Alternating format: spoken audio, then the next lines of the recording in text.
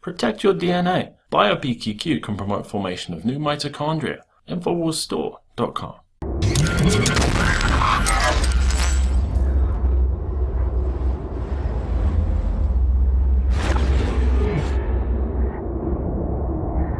The ghetto, not the place you would imagine methods of global dominance to spring from. But it was in the ghettos across the United States that Saul Alinsky would fine-tune tactics of civil disobedience that would one day be employed by New World Order puppet Barack Husein Obama. Resolutions of ideal problems always carry in their wake another problem. Alinsky's Rules for Radicals is the left's playbook, chock full of creeping tactics used by scheming politicians and Soros-fueled millennial generation groups like Black Lives Matter. All lives matter, and I'm a black guy. Hell-bent on tearing the fabric of American society apart. The anti-cop rhetoric that is sweeping the United States of America, fueled by this group, some of the vulgar, vile, vicious rhetoric that's coming out, talking about killing cops. Alinsky's albeit deceptively noble attempt to create a system to reward the have-nots with the power and surplus of the haves would prove to be just as useful for the New World Order sycophants to achieve an uprooting of American values and an overpass of the United States constitutional foundation to be replaced by totalitarianism disguised as compassionate socialism. These tactics simply needed the perfect charismatic turncoat to steer them. Enter Barack Obama. All of us want to give our president every tool necessary to do this. And all of us were willing to do that in this bill. And anyone who says otherwise is lying to the American people.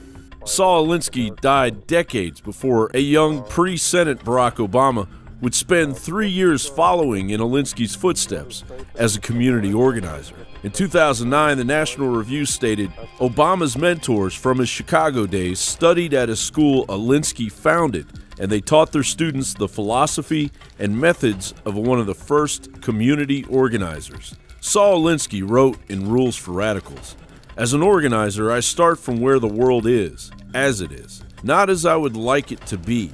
That we accept the world as it is doesn't in any sense weaken our desire to change it into what we believe it should be. It is necessary to begin where the world is if we are going to change it to what we think it should be. That means working in the system." So what are some of the tactics being utilized in that system at accelerating degrees in the shaping of modern American society? Rule number 1, power is not only what you have, but what the enemy thinks you have.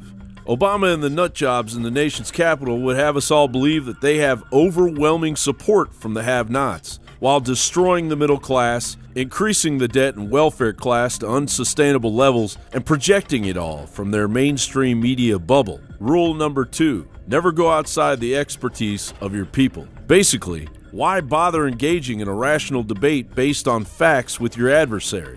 Simply bring up the despised policies or traditions and belittle them until they are crushed. Less than loving expressions by Christians?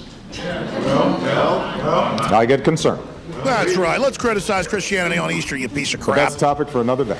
Skipping to rule number 8, keep the pressure on. Never let up. Obama must say this rule to himself every morning. As one shoe drops, another one is ready to fall. Not in the manner of a leader responding to a country's pleas in the midst of a crisis, but more in the vein of a tyrant, quietly and charismatically creating them, while offering shallow direction as stale as his predecessor's rhetoric. And if just that sample of Saul Alinsky's Rules for Radicals wasn't enough, Alinsky even dedicated the left's playbook to Lucifer himself. I suppose, given a choice, I think I would pick hell. The reason I'd pick hell is because that's where all the have-nots are. John Bound for Infowars.com.